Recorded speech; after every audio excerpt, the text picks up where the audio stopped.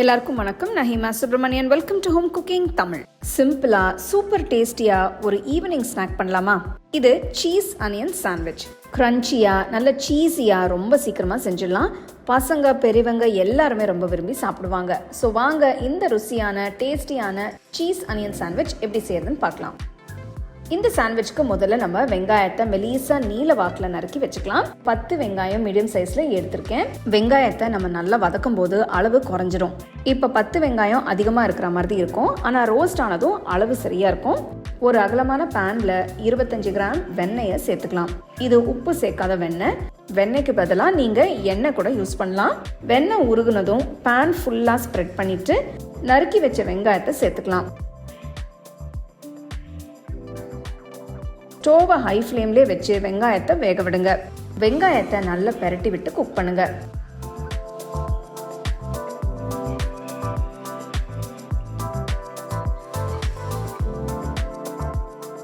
இப்போ வெங்காயம் நல்லா சாஃப்ட் ஆயிடுச்சு. அப்படியே கலந்து விட்டு குக் பண்ணுங்க. கொஞ்சம் நிறம் மாறி வந்ததும் இப்போ ஸ்டோவை மீடியம் ஃப்ளேம்லேயே வச்சுட்டு 1/2 டீஸ்பூன் அளவுக்கு உப்பு, 1 டீஸ்பூன் அளவுக்கு சர்க்கரையும் சேர்த்துக்கலாம். உப்பு சர்க்கரையும் சேர்க்கறதால வெங்காயம் நல்ல சீக்கிரமா கேரமலைஸ் ஆயிடும். பாருங்க, நல்ல பொன்னிறமா வதங்கிட்டு இருக்கு.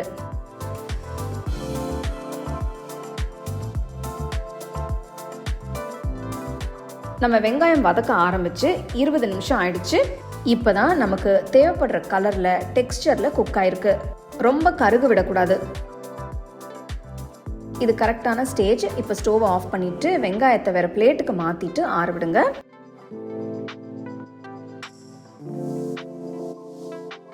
சாண்ட்விச் செய்ய நான் ஒயிட் பிரெட் எடுத்திருக்கேன். நீங்க பிரவுன் பிரெட் கூட யூஸ் பண்ணிக்கலாம். ரெடி பண்ணி வச்சிருக்கிற வெங்காயத்தை தாராளமா எடுத்து ஒரு பிரெட்ல வச்சு ஈவனா ஸ்ப்ரெட் பண்ணுங்க.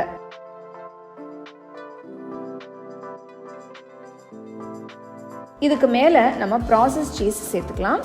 நான் இப்போ டைஸ்ட் சீஸ் சேர்க்குறேன். நீங்கள் இதை யூஸ் பண்ணலாம். இல்லைனா சீஸை துருவியும் நீங்கள் சேர்த்துக்கலாம். இல்லைனா சீஸ் ஸ்லைஸ் கூட யூஸ் பண்ணலாம். சீஸை ஈவனாக ஸ்ப்ரெட் பண்ணிவிட்டு மேலே இன்னொரு பிரெட் வச்சு லேசாக ப்ரெஸ் பண்ணி க்ளோஸ் பண்ணுங்க. ஒரு தவாவை சூடாக்கி லேசாக வெண்ணெயை தடவி ரெடி பண்ணி வச்சிருக்கிற சாண்ட்விச்சை மெதுவாக வச்சு மீடியம் ஃப்ளேமில் டோஸ்ட் பண்ணுங்க. மேலே லேசாக ப்ரெஸ் பண்ணி விட்டிங்கன்னா நல்லா ஈவனாக டோஸ்ட் ஆகும். சாண்ட்விச் டோஸ்ட் ஆகும் போதே மேலே இருக்கிற ப்ரெட்டில் லேசாக இன்னும் கொஞ்சம் வெண்ணெயை தடவுங்க. அப்போ தான் நம்ம இந்த பக்கம் குக் பண்ணும்போது நல்லா கிறிஸ்பியாக குக் ஆகும். இப்போ ஒரு பக்கம் நல்லா குக் ஆயிடுச்சு. மெதுவாக இன்னொரு பக்கம் திருப்பி போடலாம். மேலே லேசாக ப்ரெஸ் பண்ணி விடுங்க.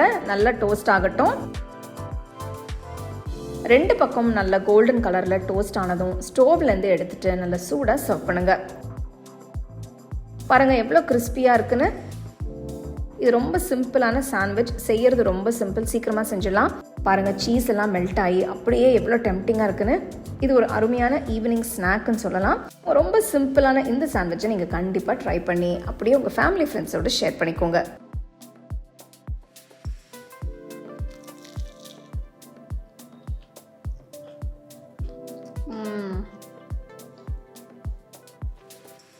வாவ், நல்ல கிறிஸ்பியாக உள்ள அந்த சீஸியாக அந்த வெங்காயத்தோட டேஸ்ட் அண்ட் ஃப்ளேவரோட சாண்ட்விச் ரொம்பவே நல்லாயிருக்கு.